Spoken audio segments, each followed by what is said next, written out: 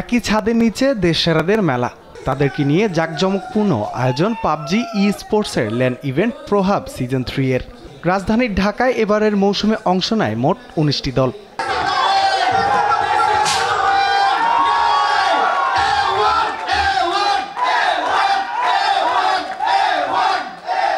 নিজেদের পছন্দের পাবজি প্লেয়ারদের খেলা লাইভ স্ট্রিমিংয়ে দেখতেও ইভেন্টে ভিড় জমান দর্শকরা, যেখানে 18 দলকে পেছনে ফেলে দেশের পাবজিতে পরিচিত টিম A1 হয় এই ইভেন্টের চ্যাম্পিয়ন। তো আমার সবসময় আসলে অনেক আগে থেকে সবাই দর্শক সাপোর্ট করে আসেন, এখনও সাপোর্ট করতেছে অনেক বেশি। তো সবাই মানে বলা যায় যে আমার জন্য বা আমার টিমের জন্য সবাই আর কি অনেক পাগল ফ্যান বলা যায় আর কি। তো এই জিনিসটা অনেক ভালো আর কি, এখানে এটা অ্যাচিভ করা অনেক কিছু করার পর হয়তো অ্যাচিভ করতে পারছি। তো এই জিনিসটা তো অনেক ভালো লাগে যে আসলে আমার কেউ অনেকে ভালোবাসে, তো ভালো লাগার মানুষ আছে, তো এটাই। তরুণদের অনলাইন গেমিংয়ের আসক্তি বন্ধে পাবজি সহ বিভিন্ন অনলাইন গেমে ছিল একসময় প্রতিবন্ধকতা, তবে বিশ্ব দরবারে নিজেদের তুলে ধরবার একটা মাধ্যমও হতে পারে এই ই স্পোর্টসটি। এখন তো আমাদের দেশে অফিসিয়ালভাবে কোনো ল্যান হয়নি, এটা আনঅফিসিয়াল ল্যান। অফিসিয়াল ল্যান হইলে এটার থেকে আরও বড় হইতো, প্রাইস পুল অনেক বেশি থাকতো। তো এটার মধ্যে মানে ব্যানের অনেক বড় হাত আছে। দেশে যদি আনব্যান হয় তাইলে আমাদের দেশে অনেক ভালো ভালো ল্যান হবে।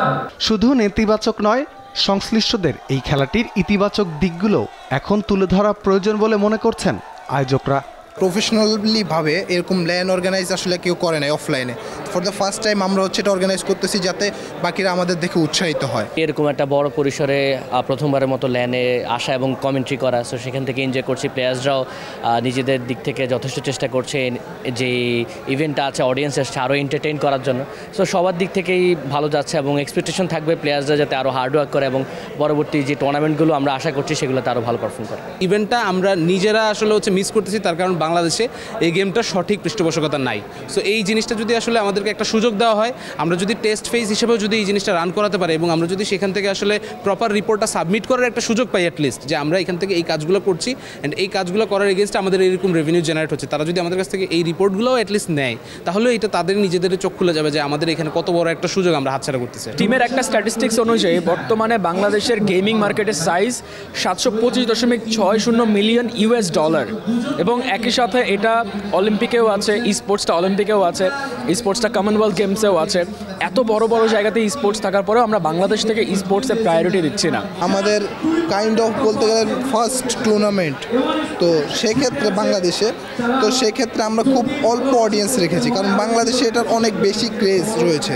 পাবজি মোবাইল স্পোর্টসের ফ্যান বাংলাদেশে সবচেয়ে বেশি অন্যান্য যে কোনো স্পোর্টস। রাফিউল ইসলাম রাতুল, দেশ টিভি, ঢাকা।